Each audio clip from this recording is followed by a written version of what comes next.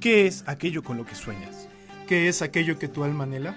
Aquí hablamos de todo lo que nos inquieta como jóvenes católicos. Dios, la Iglesia, nuestra fe, la actualidad, nuestro llamado en un mundo tan revolucionado.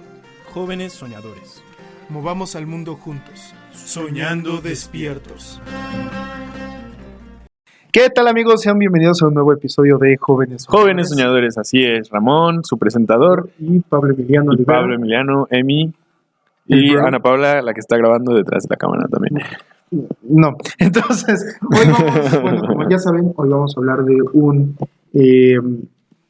tema muy bonito, que es, y de hecho es como la primera parte, porque creo que es un tema tan choncho que no podría, en una hora de grabación, no. Ni en una vida. De hecho, el mismo personaje que habla de esto dice que, pues, es la perfección, literal. O sea, y para llegar a la perfección, pues no en vida, sino en muerte, yo creo. Claro. Entonces, el día de hoy, como ya vieron, vamos a hablar de las bienaventuranzas. Vamos a tratar de dividirlo en 2 episodios para que tengamos tiempecito de profundizar, de ir como paso a paso. Hay unas bienaventuranzas que requieren de hablar, que podremos hablar prácticamente un episodio de una sola de estas bienaventuranzas, pero pues no, la idea es tratar de que sea algo que nos vaya construyendo en nuestra espiritualidad y que las vivamos como católicos, ¿no? Así es. Acuérdense que pueden seguirnos en nuestras redes sociales, @josopodcast, @jovenpodcast Joven o Podcast. Jóvenes Soñadores. Bueno, es que nuestro mail, si nos quieren escribir un correo, es josopodcast@gmail.com. Y está el número celular por si necesitan algo, 722-443-7765. Y en Spotify, Jóvenes Soñadores Podcast. Ahí nos pueden ver, ahí nos pueden sintonizar, ahí pueden ver todos nuestros episodios y pues bueno, igual un like, suscripción estaría increíble para que pues este proyecto pueda seguir llegando a más personas y podamos ahí ir educando un poquito el algoritmo, ¿no? Pero bueno, vamos Educando. a empezar. Educando el Bueno, sí, bueno, enseñándole el algoritmo para que pueda llegar a más personas nuestros episodios. Pero bueno, Empecemos con las bienaventuranzas. Rápidamente, ¿cuántas bienaventuranzas son, Ramón? pues es una discusión. Una discusión entre tú y yo al principio. Ahorita porque las bienaventuranzas, si mal no estoy, aparecen en 2 evangelios, ¿no? Entonces está en Mateo y en Lucas, si mal no estoy. En Mateo y en Lucas. Déjame lo corroboro. En Mateo se habla de 8 bienaventuranzas, bueno, realmente de 9 bienaventuranzas, aunque casi siempre se ha dicho que son 8.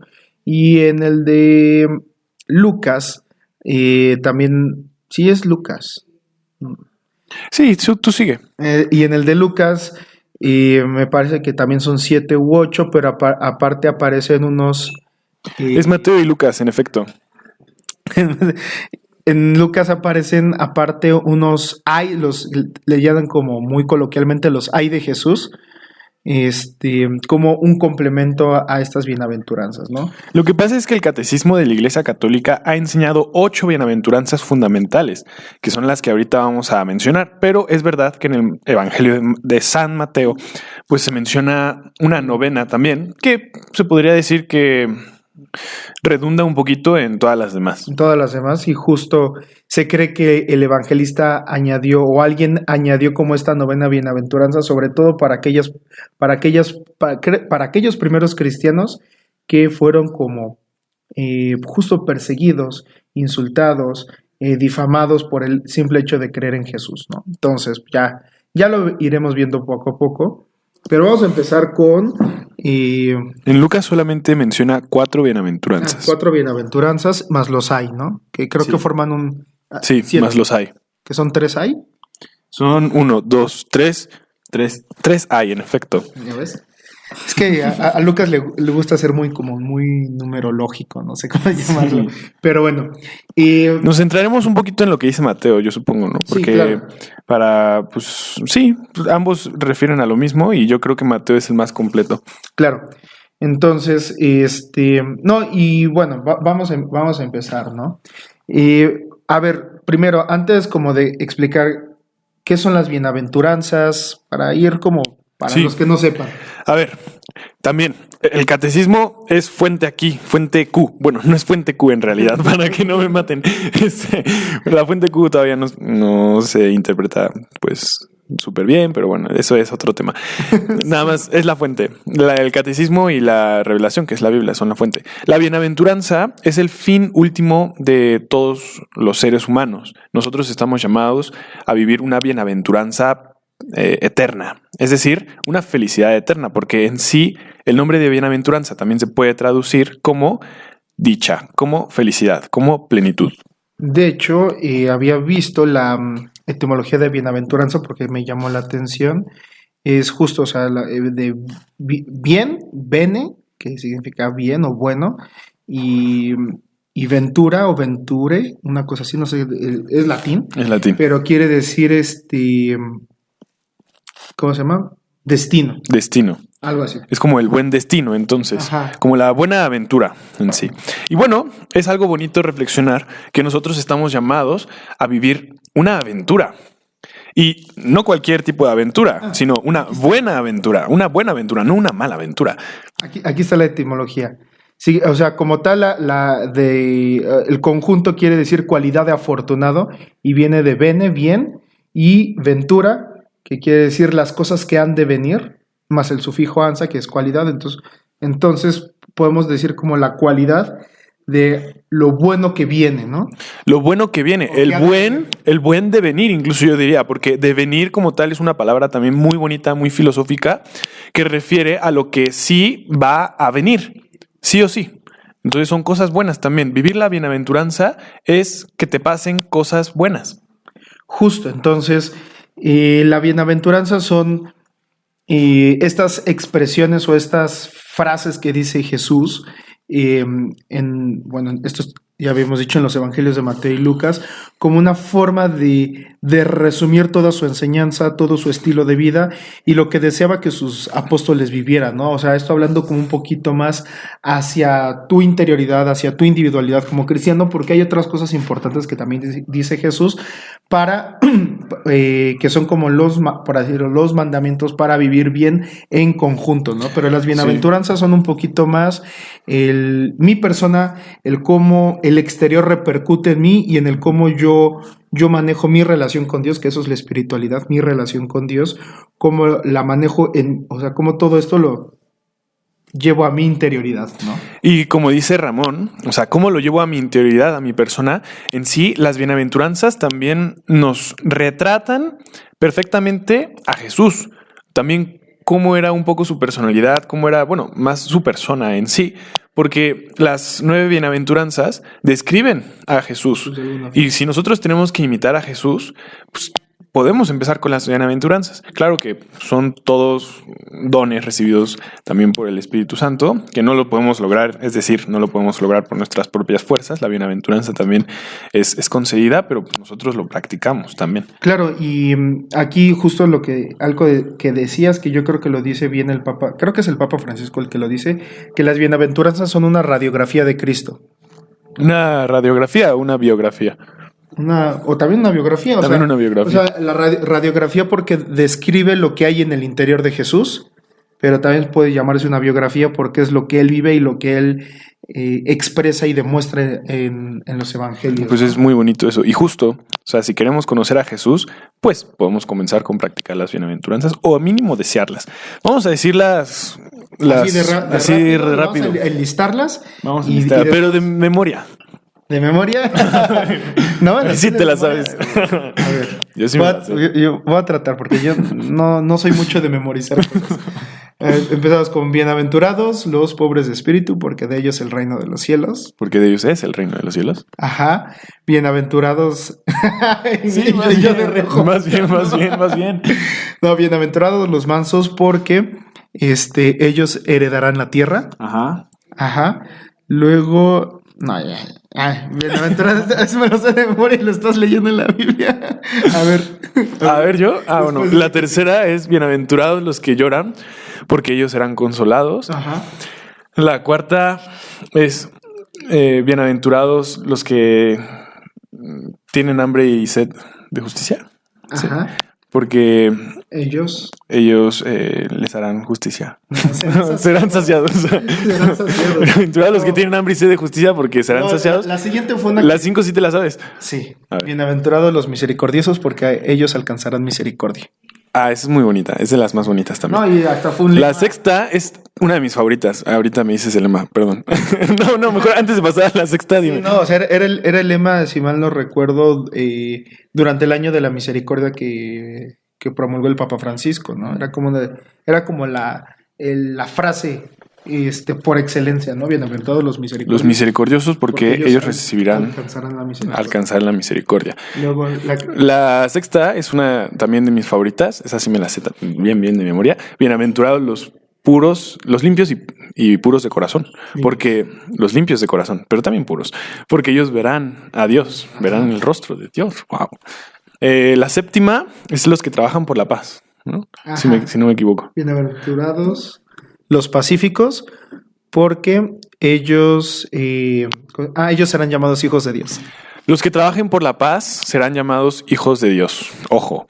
Luego, la octava, bienaventurados los que a causa de mi nombre sean perseguidos, porque de ellos será el reino de los cielos también. Y la novena esta está más larguita. Bienaventurados serán cuando los insulten y los persigan y con mentira digan cosa mal de ustedes.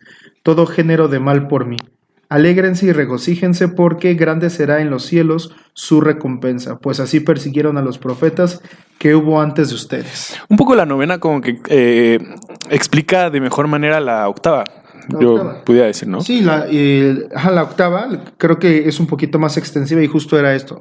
O sea, se cree que el autor del Evangelio añadió esta novena precisamente para darle un poquito más de aliento a los primeros cristianos, ¿no? Uh-huh. Que justo eran perseguidos, eran insultados, los difamaban, los insultaban, o sea, por el simple hecho de ser cristianos, ¿no? Sí, los primeros cristianos fueron muchos mártires. Y claro, está la persecución de Nerón, está toda la persecución del Imperio Romano antes de su caída en Occidente. No, y antes de que empezaran los romanos a perseguir, los mismos judíos, ¿no? Los mismos judíos, cómo desacreditaban. El mismo San Pablo que perseguía a los cristianos también. Entonces, seguro, con toda razón, Mateo destaca el contexto de la época. Ahora, también yo supongo que no es casualidad, rápidamente, que el catecismo ponga las 8 bienaventuranzas, porque si te das cuenta, la primera comienza con bienaventurados los pobres, porque de ellos será el reino de los cielos. Y la última cierra con bienaventurados los perseguidos a causa de mi nombre, porque de ellos será el reino de los cielos. O sea, la recompensa es como circular, como principio y fin. De ellos será el reino de los cielos. Y bueno, a final de cuentas, la bienaventuranza eterna se vive en el reino de los cielos. Y claro, no se queda solamente en ese beneficio que de por sí es el que agotaría a todos los demás. O sea, no hay mayor regalo que obtener el reino de los cielos. Pero también te está explicitando el mismo Jesucristo, que está siendo un poquito más específico. Está siendo más específico, que vas a poder ver a Dios, que heredarás la tierra, que serás consolado y que recibirás misericordia y que también serás llamado hijo de Dios. Entonces, allí, ojo, hay muchos beneficios por los que vale la pena jugarse la vida por alcanzar estas bienaventuranzas. No, y que al final de cuentas, o sea, lo importante, como ya decíamos, es que sean el estilo de vida de todos nosotros como católicos, que es prácticamente, pues sí, la enseñanza de cómo debemos vivir interiormente, ¿no? O sea, vivir interiormente, porque pues exteriormente tenemos los mandamientos, tenemos incluso los 2 mandamientos principales de Jesús, ¿no? Amarás a Dios sobre todas las cosas y a tu prójimo como a ti mismo, que también obviamente son importantes, pero vivir de forma moral y de forma interna el cristianismo, nuestra fe, se vive a través de las bienaventuranzas, ¿no? Incluso se podría aterrizar a cada circunstancia de nuestra vida, podría aplicar una de estas, ¿no? Y ahora sí vamos a empezar como con la importante, bueno, no la importante, la primera de todas, pero justo es para mí la más importante porque creo que en ella contiene a todas las demás y creo que si entendemos la primera, todas las demás se van a dar así como por consecuencia, ¿no? Ah. Y esta yo creo que sí nos vamos a detener un poquito porque estoy enchufado, estoy rayado con la primera bienaventuranza porque durante tantos años como que la escuchaba y decía, sí, está bien, está padre, qué bonito, pero no la entendía, ¿no? Ujú. O sea, no, realmente no entendía, y yo creo que todavía estoy en este proceso de irla como asimilando en mi persona, en mi espiritualidad, y digo, también las bienaventuranzas es un caminito, ¿no? No es una meta a la que tienes que llegar, sino como un Es un camino. Y justamente, si quieres, antes de ir al corte, para que en el próximo bloque empieces con esta bienaventuranza, cabe destacar que también hay interpretaciones bien bonitas sobre las bienaventuranzas, que es como una montaña o muchas montañas que tú tienes que ir subiendo. Entonces primero subes la primera montaña, la de la primera bienaventuranza. Tú la pasas, vences todos los obstáculos que no te dejan, por ejemplo, en este caso, la de bienaventurados los pobres de espíritu, que ahorita Raymond va a profundizar en ello más.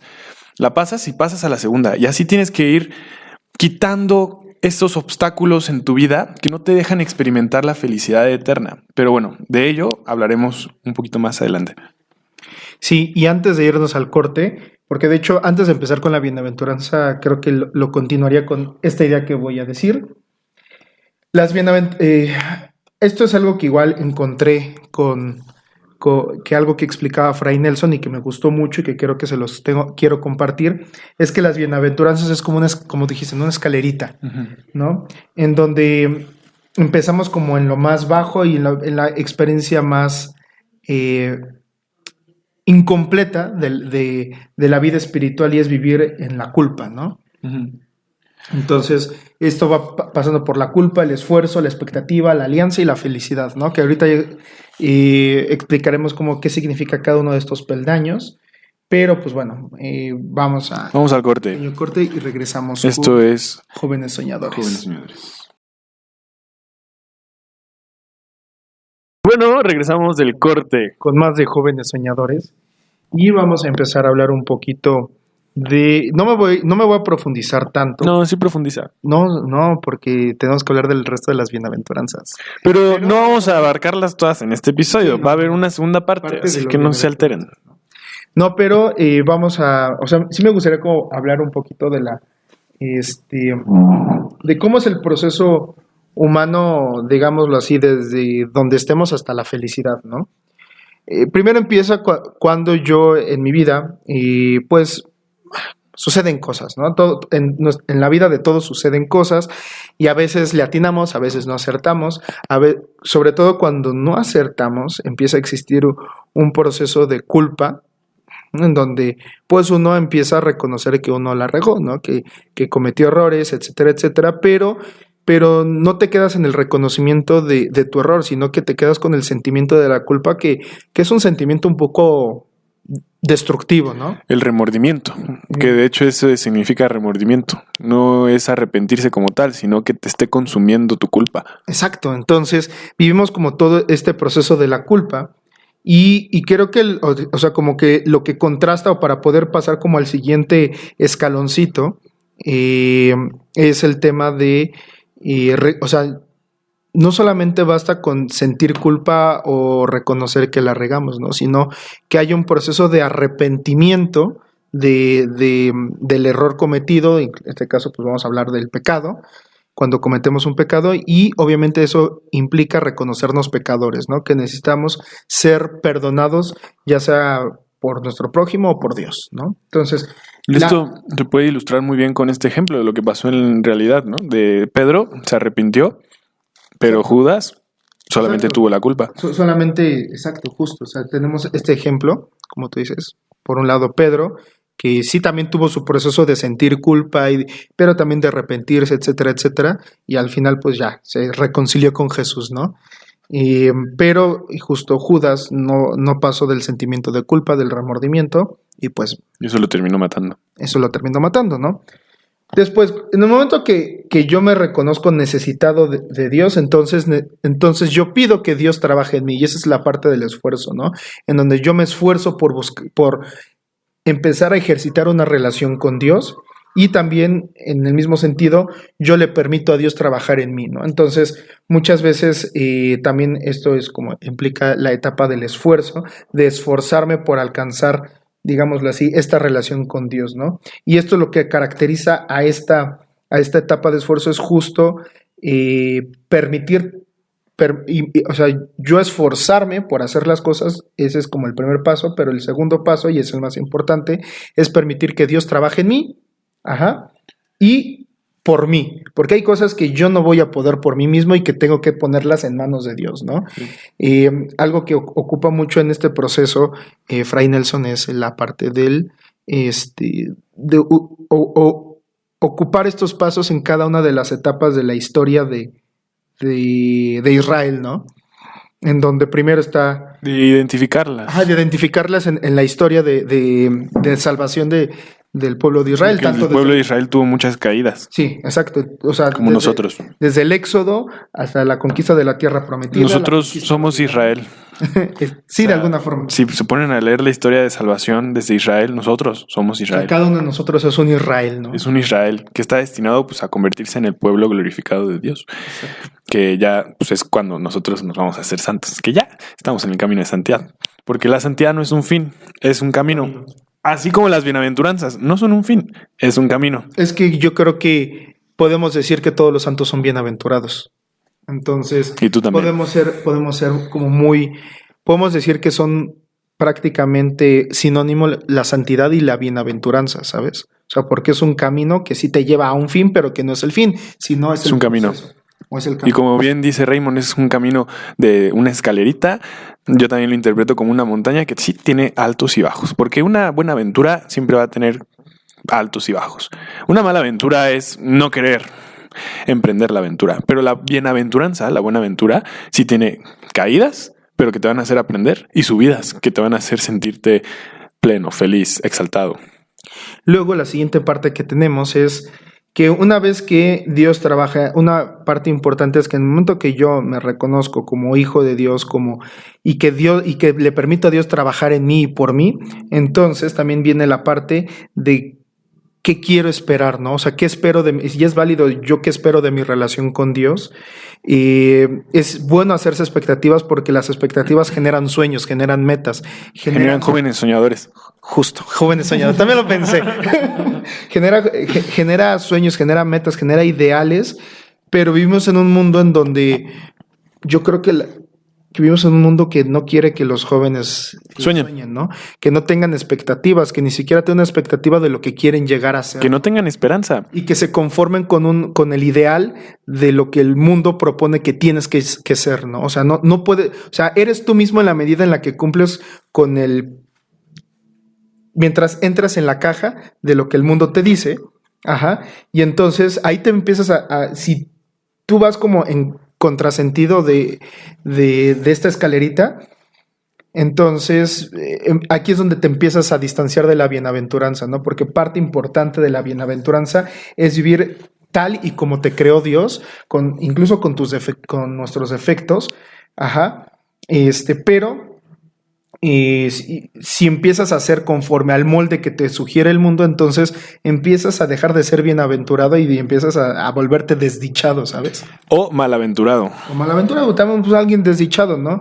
Porque entonces el mundo te dice cuál es tu verdadero valor y no le permites a Dios que te muestre y te revele cuál es tu verdadero valor. Por eso la malaventura no es de que tenga siempre caídas, no, simplemente pues, es aburrida, no hay aventura. Es la desdicha, es la depresión. O tal vez no aburrida, tal vez puede ser tan divertida que hay gente que está completamente convencida y quiere estar ahí, ¿no? Entonces, pero es efímera, porque en el fondo hay sufrimiento que no es colmado. Escuchen el episodio del sufrimiento. Y al final de cuentas no te lleva, o sea, justo dices, te lleva a un vacío, te lleva a una nada, y pues no estamos hechos para la nada, ¿no? Estamos hechos para el todo. Es importante que una vez que nosotros estemos esforzándonos y también dejemos que Dios se esfuerce en nosotros, entonces generamos expectativas, ¿no? Y digamos, la expectativa más importante del cristiano es la santidad, ¿no? Es alcanzar este cielo prometido. Esta bienaventuranza eterna. Luego tenemos, después de empezar a generar una vez que ya tenemos una expectativa con Dios, podemos generar una alianza, ¿no? Entonces tenemos una alianza con Dios. Igual creo que el pueblo de Israel es la mejor imagen de cómo Dios hace una alianza con su pueblo. Luego hace otra. Y luego tiene que volver a hacer otra. Porque la rompieron. Pero ninguna de estas alianzas se rompe completamente, sino que cada alianza nueva que hace perfecciona la anterior. ¿no? Entonces, y hasta llegar a la definitiva, tenemos la alianza definitiva que es Jesús, ¿no? Jesucristo. Entonces, pero también tenemos momentos en donde pues nosotros rompemos estas alianzas con Dios, ¿no? Y entonces volvemos como a caer un escaloncito porque muchas cosas que hablamos con Dios, que vivimos con Dios, que esperamos en Dios, pues probablemente no se cumplen porque ya sea que yo me la inventé, yo me la inventé y después, o tal vez no era algo que quería Dios de mí, ¿no? Entonces, pero aquí lo importante es que una vez que entendamos que aunque nosotros podamos romper nuestra alianza con Dios, lo importante es tener claro que Dios nunca rompe sus alianzas. Eso es algo muy bonito que dice Ramón, que de hecho también yo lo descubrí en una oración. O sea, yo de verdad creo que Dios me habló en ese momento y se lo dije a mi mamá. Es la única persona a la que se la dije, pero pues se la digo a todos ustedes. Pero bueno, ya se las dijo Ramón también. Entonces, no tiene tanto misterio. No es malo hacer promesas a Dios. Porque bueno, para empezar, pues quieres hacer una promesa, tienes la intención de hacer una promesa, que no te dé miedo a hacer promesas, porque no solamente eres tú quien está haciendo una promesa a Dios, es también Dios quien te está haciendo una promesa a ti y que te va a ayudar a cumplirla, que incluso si tú fallas la parte que te tocaba, si tú fallas tu promesa, Dios jamás va a fallarte y Él siempre va a cumplir la promesa que pues tú le hiciste en ese momento. Ahora, claro, el límite de Dios es la voluntad del hombre. Si tú no permites, como dice Ramón, esta parte fundamental, dejar entrar a Dios en tu vida o dejar que Dios actúe en tu vida, dejar que Dios actúe en tu vida, entonces no vas a permitir que la promesa se cumpla. Solamente tienes que tener la disposición porque Dios va a hacer todo lo demás, todo lo difícil, todo lo que salga de tus manos, Dios lo va a cumplir por ti. Justo. Y entonces aquí ya creo que por último tenemos el de la felicidad. Sí, para entrar a la bienaventuranza, ¿verdad? Que exacto. No hemos entrado. No, y es para entrar a la bienaventuranza porque no hemos entrado justo a la bienaventuranza, pero una vez que nosotros vamos pasito a pasito en este escalón, vamos en el camino a la bienaventuranza porque el último peldaño es la felicidad y otra vez, si es felicidad es bienaventurados, ¿no? De hecho, hay traducciones bíblicas que en vez de decir bienaventurados dice felices, ¿no? Felices. Entonces, la felicidad es felicidad, santidad, bienaventuranza, son términos que pueden englobar cosas muy similares o incluso hasta para un cristiano como sinónimos, ¿no? Pero al final de cuentas es importante que nosotros sepamos que todos estos escaloncitos es como un efecto bola de nieve o es como uno dependiente del otro, ¿no? Si no hay primero el fundamental o la base, decir como soy pecador, soy necesitado de Dios, necesito de su amor, de su misericordia para poder ser perdonado y no quedarme en el ciclo tóxico de la culpa y de estar y de repente como hay culpas de ciertas circunstancias, pues puede haber, y lo digo porque a mí me ha pasado, pensamientos recurrentes y de repente ya estoy enrolado en un tema ahí psicológico medio complicado, porque el punto de fuga es siempre reconocer que estoy incompleto y que necesito de alguien que me ayude a completarme, ¿no? Y es cuando ya entra la bienaventuranza. Entonces, es cuando empiezas el camino de la bienaventuranza, porque ahí es donde empieza la conversión, ¿no? O sea, el primer paso de la bienaventuranza es la conversión. Y entonces ya empezamos otra vez, ¿no? ¿Cómo se llama? Dejar la culpa para empezar a reconocer al pecador, saberme perdonado, esforzarme, generar expectativas de mi vida, de lo que deseo. No es malo generarse expectativas, a veces tenemos miedo de que las expectativas no se cumplan, pero es importante tener anhelos, expectativas, y si una no se cumple, entonces me genero otras 20 más hasta atinarle a la buena, hasta atinarle a la que embona con la voluntad de Dios en mi vida y no tener miedo a errar, ¿no? Y después tenemos la parte de la alianza, donde ya una vez que le atino a la expectativa empiezo a generar esta alianza con Dios para hacer este camino de santidad, y entonces en el momento culmen donde la alianza se lleva a su plenitud, que va a ser el día que tengamos que partir de este mundo, entonces empezaremos a vivirla aún, no, y antes de eso, una vez que la alianza se hace patente en nuestra vida y en nuestro día a día, en la tierra empezaremos a vivir las bienaventuranzas, pero la bienaventuranza perfecta se vive en el cielo. Solo en el cielo, es verdad. Pues como le habíamos dicho, es un camino. Entonces, ya para introducir, sí. pues sí, yo creo que Raymond lo introduce bien aquí al final. Se necesita el reconocimiento de que necesitas a Dios, de que estás incompleto. ¿Y eso qué conlleva? Pues conlleva desapegarte, renunciar a todas las cosas del mundo que te impedían estar cerca de Dios. Eso, queridos amigos y amigas, es pobreza espiritual. Exacto, entonces por eso es la primera de todas las bienaventuranzas, bienaventurados los pobres de espíritu, porque de ellos es el reino de los cielos. Y aquí no me voy a meter mucho en temas de, ¿cómo se llama? De los términos hebreos que utilizó Mateo para esto. O sea, no me voy a meter tan a profundidad, pero estoy rayado con un término que lo escuché hace años en un curso justo de bienaventuranzas que dio un sacerdote, pero como que no me terminaba de caer, ¿no? Y es los Anahim Yahvé, ¿no? O Anahim. Anahim, Anahim Yahvé, y que básicamente son los pobres de espíritu, ¿no? Es el término, o sea, no hay como una traducción tan precisa o que no sea, o sea, que pueda determinar todo esto, porque hay otras traducciones, ¿no? Como germen, como, ¿sabes? Entonces, los Anahim Yahvé, ¿quiénes son? O sea, son estas personas, ¿cómo empezar? Es que es mucho. Es que de verdad estoy fascinado con ese término de los Anahim Yahvé y con la pobreza espiritual, porque muchas veces entendemos a los pobres, a la pobreza espiritual como pobreza material. Como pobreza material, ¿no? O sea, que si bien la pobreza material puede ser una prefiguración de la pobreza espiritual. Sí, en otras palabras, a mí déjame citar rápidamente a mi padre, que decía que la pobreza material en sí, o no tanto la pobreza material, y él lo decía más o menos así, la renuncia a las cosas materiales es el caldo de cultivo para tener la pobreza espiritual. Exacto, y es que muchas veces entendemos que la pobreza es sinónimo de miseria porque casi siempre se utiliza de la misma. Pero no, son distintas cosas. Es distinta cosa, porque la pobreza espiritual va más en relación al que no necesita tanto, ¿no? O sea, o al que no necesita o al que menos necesita, ¿sabes? Al que reconoce que lo único que necesita en realidad es a Dios. Es el abandono a la providencia, capítulo 6 de Mateo, luego después de las bienaventuranzas, para que lo lean. Exacto. Entonces, tenemos esta pobreza espiritual que es el no necesitar más que lo necesario, ¿sabes? Que te provee Dios. Exacto, que lo que te provee Dios, o que incluso si te da más de lo que...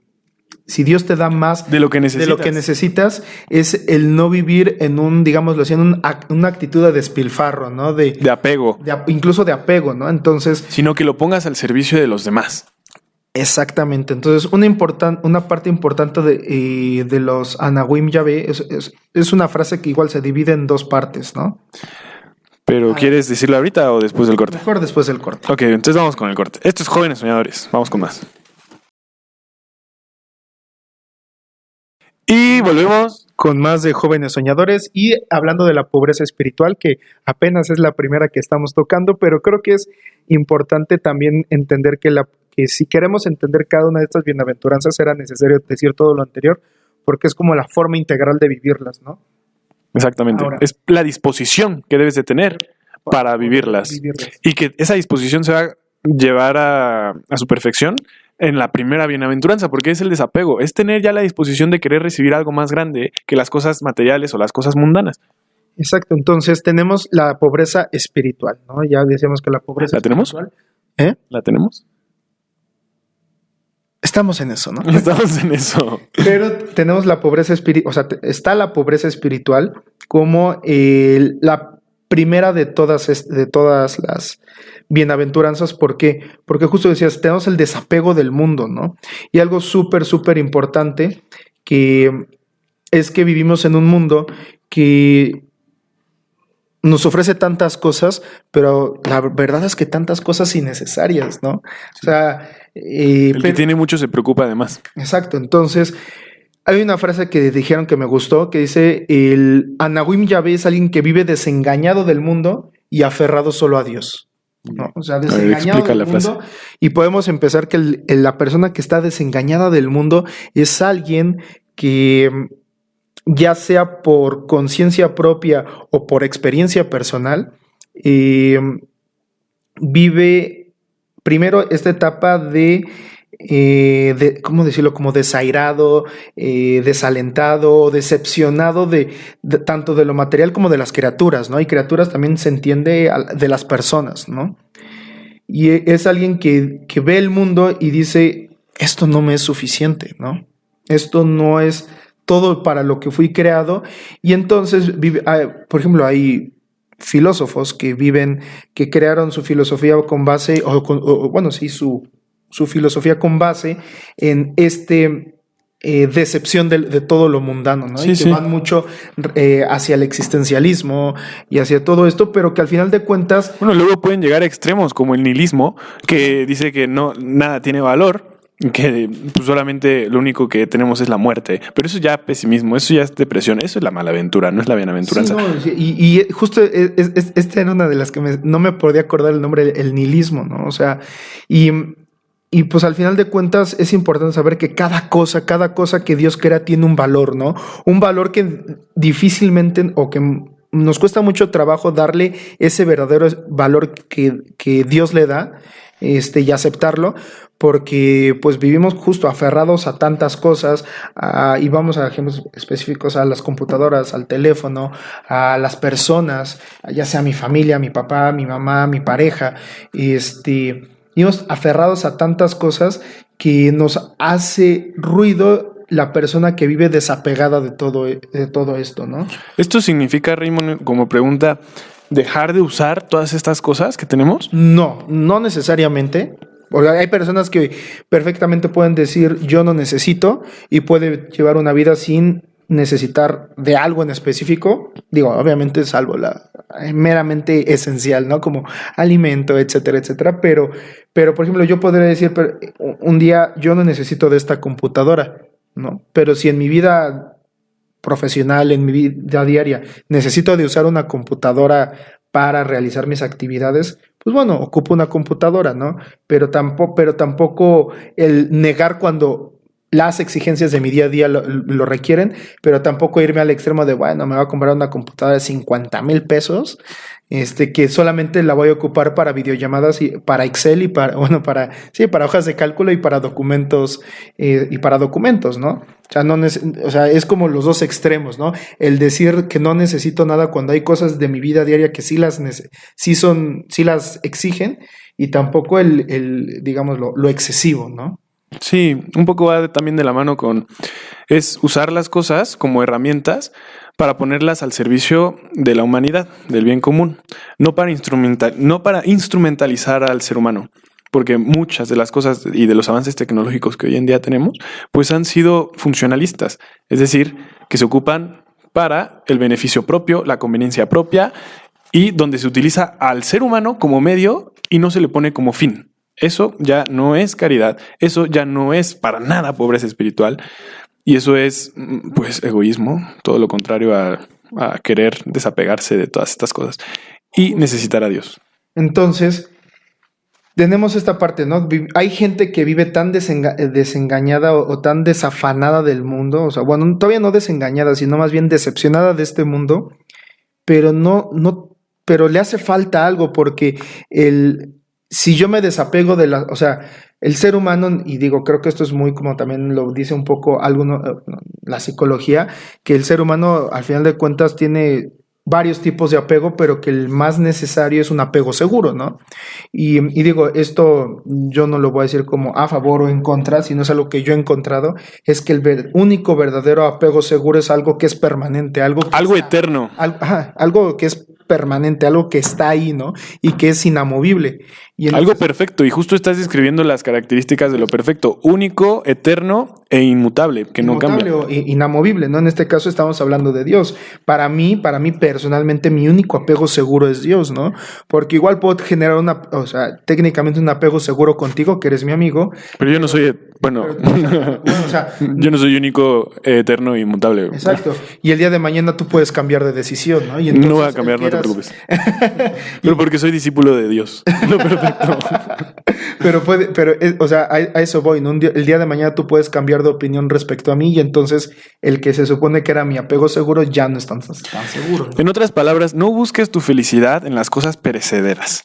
Busca tu felicidad en las cosas eternas. Eternas, exacto. Entonces, y eso es pobreza también espiritual. Exacto. Entonces, al final de cuentas es saberme que todo esto que me rodea, que si bien puede ser bueno, puede ser utilizable para mi bien y para el bien común, no es ahí donde tengo que buscar esa felicidad, ¿no? Porque no voy a encontrar una saciedad a mi alma, porque mi alma fue creada por y para Dios. Entonces, en el momento en que los Anahuín Yahvé se dan cuenta, porque también parte de estos Anahuín Yahvé igual no son personas de pobreza material, sino podemos decir que un Anahuín Yahvé, ejemplo, fue Juan el Bautista, ¿no? Que se da cuenta que lo único que necesita es como tal de Dios y se va al desierto, ¿no? Entonces, de alguna forma también nosotros tenemos que ser llevados a este desierto, no porque literal tengamos que irnos al desierto de Sonora o yo qué sé, ¿no? Sino que tenemos que ir al desierto en donde, si bien vivo rodeado de cosas, de ver que esto que me rodea es un desierto comparado con el tema de encontrarme con Dios, ¿no? Justo, el desierto entendido metafóricamente es el ambiente propicio para encontrar a Dios. Y de hecho es considerado como el lugar del encuentro con Dios y, o sea, ¿cómo se llama? O sea, bíblicamente hablando, pero también es el lugar del encuentro con los enemigos del alma, ¿no? Pues donde somos tentados seguramente, pero somos tentados con razón, porque el demonio no quiere que te encuentres con Dios, por lo tanto te va a molestar. Pero pues tú lo vas a lograr, no por tus fuerzas, porque Dios allí te va a ayudar. Sino por la gracia de Dios. Entonces, esa es la verdadera pobreza espiritual, es el decir, si bien tengo cosas, tengo comunidades, digo, también es perfectamente válido quien quiera vivir una vida radical y vender todo, ¿no? Pero no es una exigencia así, que si no eres cristiano, sino es saber que lo que tengo que lo que me rodea, que lo que tengo, lo que poseo, ¿lo necesito o no lo necesito? Y si no lo necesito, ¿qué estoy haciendo con él? Y si lo necesito, ¿cómo puedo hacer para ponerlo al servicio de Dios, de mi prójimo? Y también, de alguna forma, también beneficiarme en consecuencia de ello, ¿no? Y luego veremos también que hay muchas referencias de todas las bienaventuranzas en la Biblia. En las Sagradas Escrituras se explican las bienaventuranzas con otros términos también. Por ejemplo, bienaventurados los pobres de espíritu porque de ellos es el reino de los cielos. Sed como niños porque de ellos es el reino de los cielos también. Ese ser como niños no es ser inmaduro, es ser plenamente consciente de tu madurez, pero también pues reconocer que dependes de Dios y que no puedes hacer nada, es abandonarte en Dios como un niño en los brazos de su madre.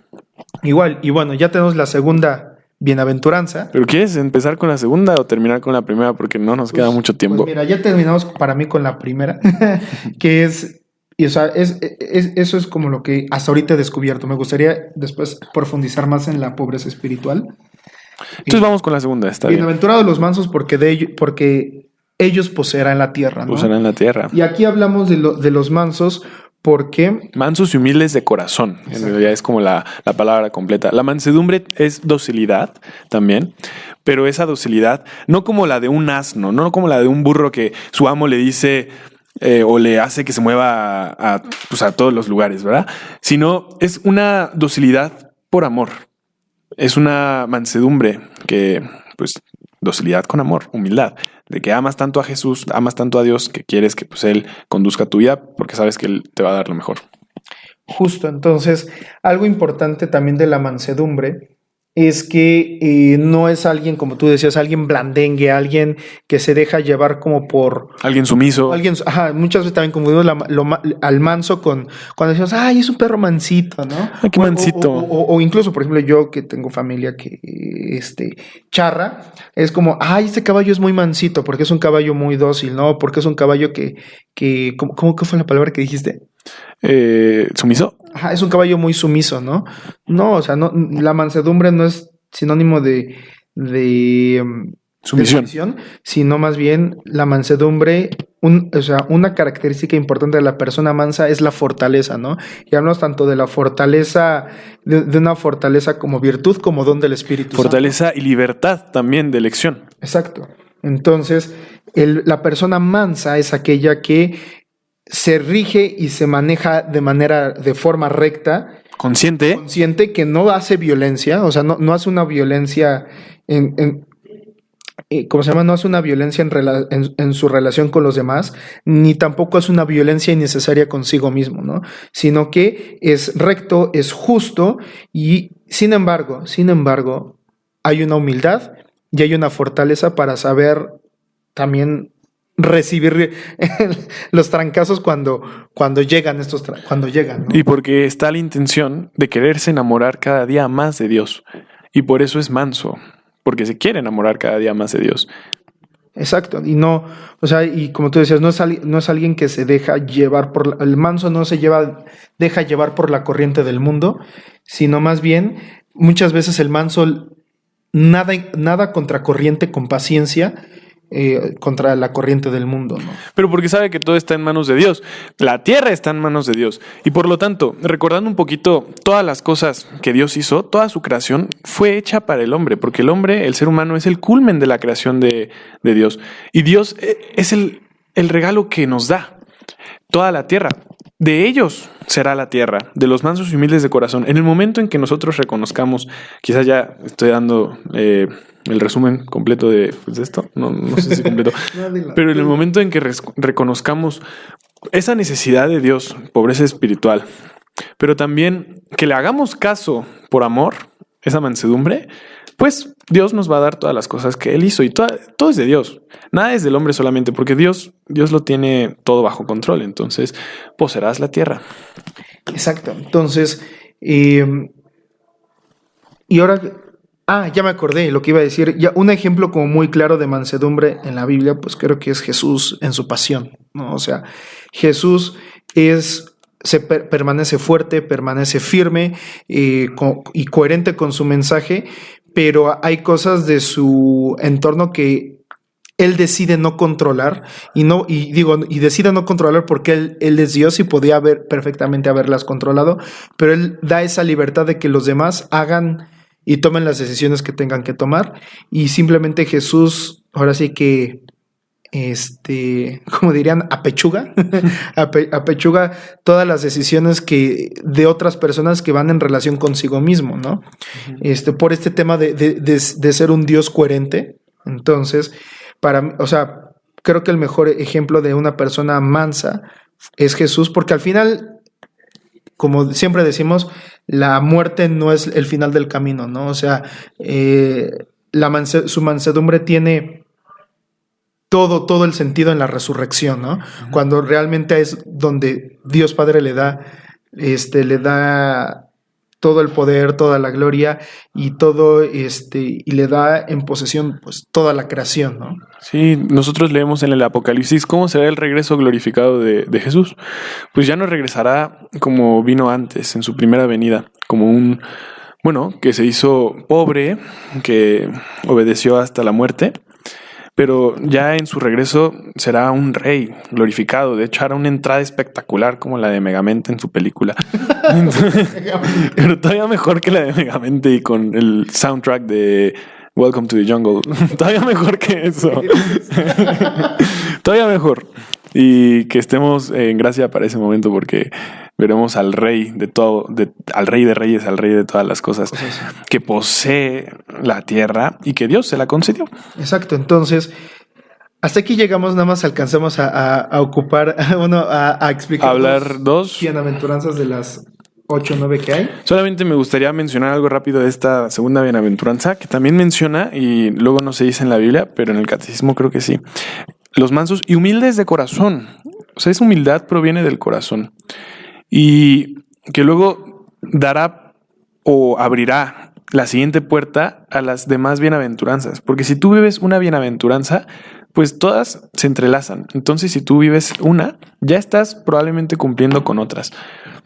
O ya estás trabajando para cumplir con todas las demás. Exacto. Entonces, así como por ejemplo, si nosotros nos concentramos en amar a Dios sobre todas las cosas, los otros 9 mandamientos se dan por consecuencia. Sí, por consecuencia. Entonces, esto es algo, o sea, son disposiciones del corazón todas las bienaventuranzas. Y es hacerse conscientes de, pues, de nuestra conversión y de que necesitamos a Dios.